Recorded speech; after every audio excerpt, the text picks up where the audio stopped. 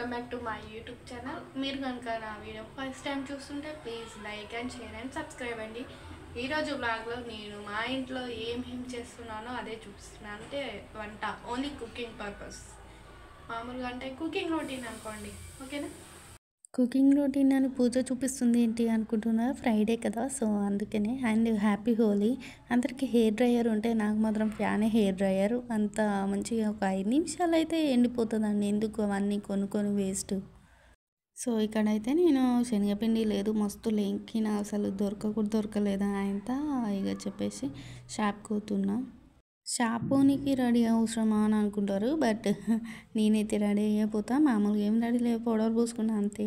So lip balm పెట్టుకొని బొట్టు పెట్టుకొని అంతే, అదే నా రెడీ. ఎందుకంటే మేకప్లు వేయం కదా మనము, ఎప్పుడో ఒకసారి.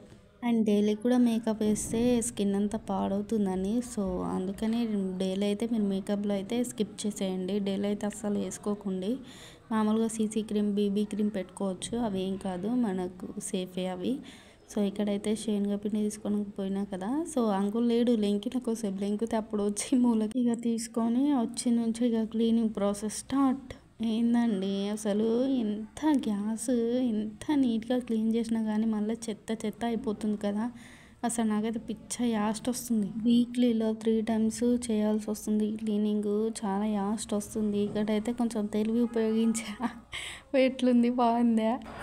ఇక్కడైతే ఇక అన్నం స్టార్ట్ చేసిన. నేనైతే ఇక్కడ జీరా రైస్ చేస్తున్నా. జీరా రైస్ అంటే ఓన్లీ జీలకర్ర, కరివేపాకు అవి వేసి అందులో వాటర్ పోయాలి. వాటర్ పోసి ఎసరు పెడితే ఎసరు పెట్టుకోవాలి, లేదంటే అంపుకుంటే అంపుకోవాలి. అది మీ ఇష్టం, మీకు ఎలా నచ్చితే అలా. సో ఇడైతే కొందరు మరిగినాక ఇస్తారు. నేనైతే నాకు పిచ్చ ఆకలి అవుతుంది, ఆకలి మీద బాగున్నా.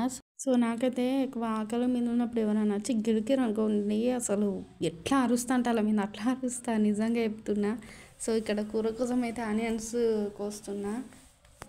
నేను 2 ఆనియన్స్ వేసాను. సో తర్వాత ఫస్ట్ నూనె వేసుకొని తర్వాత ఉల్లిగడ్డలు వేసేసుకొని మంచిగా కలుపుకోవాలండి. మనం కొందరు అయితే గోల్డెన్ కలర్ అయ్యే వరకు ఉంచుతారు, సో అలా ఉంచకూడదు. ఎందుకంటే మరీ దారుణంగా అవుతుంది, ఆ బిర్యానీలకు అయితే బాగుంటాయి. సో మనం కర్రీ కాబట్టి లైట్ పింక్ కలర్ అయ్యే వరకు అట్లా మూత పెట్టి మగ్గించాలి. సో క్లీనింగ్ చేసినా కదా, అంత ఇష్టం వచ్చినట్టు వాడేసిన, అవి లెంకిన, అవి దొరుకుతూనే లేవు. అయితే లెంకితే అప్పుడు దొరికినాయి. తర్వాత తీసుకొని తర్వాత అల్లం ఎల్లిగడ్డ వేయాలి. అల్లము ఇది ఏంటంటే షాప్లో నుంచి కొన్నది, మేము పట్టించుకోలేను. సో తర్వాత అల్లం వేసి అది మొత్తం ఎట్లా అంటే పచ్చి వాసన ఉంటుంది కదండి, అది మొత్తము వెళ్ళిపోవాలి. పచ్చి వాసన పోయి మంచిగా స్మెల్ వచ్చే వరకు అట్లా కలపాలి.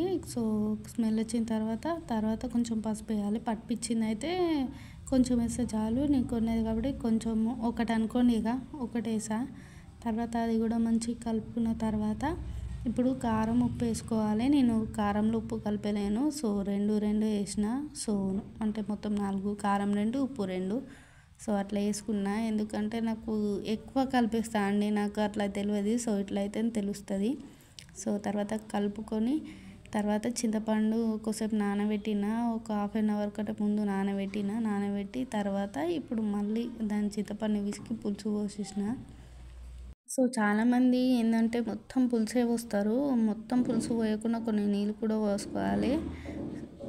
మళ్ళీ ఒకసారి వాటర్ పోసుకొని మంచిగా పిసికి వేసేసిన తర్వాత మంచిగా ఏమంటారు, మంచిగా పోయండి. నాలుక తిక్క చేయకండి. నేను కొంచెం గ్యాస్ మీద పోసిన, సో అందుకే పోయిందని చూసా. సో తర్వాత అది మంచి పులుసు మొత్తం మంచిగా మసలిన తర్వాత శనగపిండి వేసుకోవాలి. సో ఇప్పుడైతే అన్నం అయింది కదా, ఏంది కవిత జీరా రైస్ వేసి అంపుతున్నావు, ఎసరు పెడితే అయిపోతుంది కదా అని అనుకుంటున్నారా?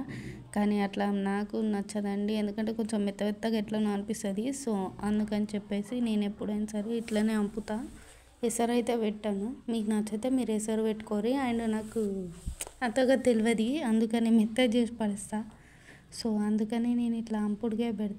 మీకు ఎట్లా నచ్చితే మీరు అట్లా చేసుకోండి, ఓకేనా. నేనైతే ఇక్కడ ఏంటంటే కొంచెం సేపు మూత పెట్టిన తర్వాత మళ్ళీ తీసి మళ్ళీ మీదికి చేస్తా. అట్లయితే కొంచెం ఎసరు మంచిగా గుంజుకుంటుంది అని చెప్పేసి, నీళ్ళు గిన్నె ఏమి ఉండవు కదా. సో అట్లా అని మంచిగా అదే అట్లా కింద మీదే చేసేస్తా. కింద మీదే చేసేసిన తర్వాత ఉల్లిగడ్డలో పొట్టు మొత్తం చెత్త చెత్త మళ్ళీ ఇప్పుడే కడిగిన కదా, ఇప్పుడే మళ్ళీ చెత్త చెత్త వేసి పడేస్తాను నేను. ఏందో అట్లా ఉంటుంది మన టాలెంట్. తర్వాత ఇక చేతులు గిన్నె కడుక్కున్న తర్వాత అది మంచిగా మసిలిందా లేదా అని చూసినా, మసిలింది. మసిలేసరికి ఇక ఆయనతో అది శనగపిండి ఉంటుంది కదా, మంచిగా కలుపుకొని తర్వాత అట్లా ఇచ్చేసేసినాం. మన తెలివి ఏంటంటే మనము మీకు కొంచెము అడుక్కున్నా కానీ దాంట్లో నీళ్ళు ఏదో ఒకటి వేసి అందులో వేసి పడేస్తాం కదా మన ఆడలం. ఎందుకంటే అదంతా మనకి ఏంటంటే వేస్ట్ చేయనే బుద్ధి కాదు కదా. కొందరు ఏంటంటే చెప్పడం మర్చిపోయారు, నీళ్ళై పోసి చేస్తారు. సో అలా చేయకండి, ఎందుకంటే అట్లా చేస్తే కూడా అంత బాగోదు. సో మనము ఎప్పుడైనా కొంచెం చింతపండు పులుసు కూడా వేయాలి.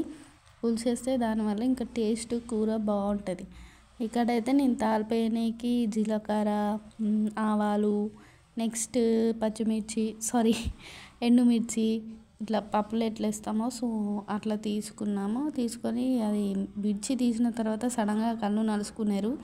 సో అట్లా నలుసుకోకుండా సో ముందే చేతులు కడుక్కుంది నయము. సో ఇక్కడ టేస్ట్ చూస్తున్నా ఎలా ఉందని చెప్పేసి. టేస్ట్ మాత్రం సూపర్ వచ్చింది. ఇక్కడ ఇక నాకు ఆకలి అంటే ఆకలి అవుతుందని చెప్పేసి అన్నం అయితే పేస్ట్ పెట్టేసిన. కూర అయిన తర్వాత తీసుకుపోదామని చెప్పేసి ఇప్పుడు కూర చూసేసరికి ఇట్లా అయింది. ఇగో ఇట్లా ఉంటే చాలండి, ఎందుకంటే మనకు పొద్దున అవుతుంది, రాత్రి కూడా అవుతుంది, మంచిగా ఉంటుంది మళ్ళీ. సో మీరు మరీ అంత పలుసగా అయితే పెట్టుకోకూరి, ఎందుకంటే మరీ అంత పలుసగా ఉన్నా కానీ టేస్ట్ అయింది. సో ఇక్కడైతే నేను తాలిపేసుకుంటున్నాను ఏమనుకోకూరి. సో ఇక్కడైతే నేను తాలిపేసుకుంటున్నాను. ఇప్పుడు పచ్చిమిర్చి వేసిన. సో తాలిప అందరికీ తెలిసిందే కదండి, దానిలో చెప్పడానికి ఏముంది.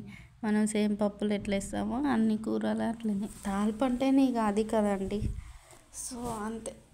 తాలిప వేసిన తర్వాత కూడా మనము తాలిప వేయంగానే బంద్ చేస్తాం కదా, సో అలా బంద్ చేయకుండా ఒక 2 minutes ఉంచాలి. సో 2 minutes ఉంచితే మంచిగా అవుతుంది, ఇంకా టేస్ట్ బాగుంటుంది.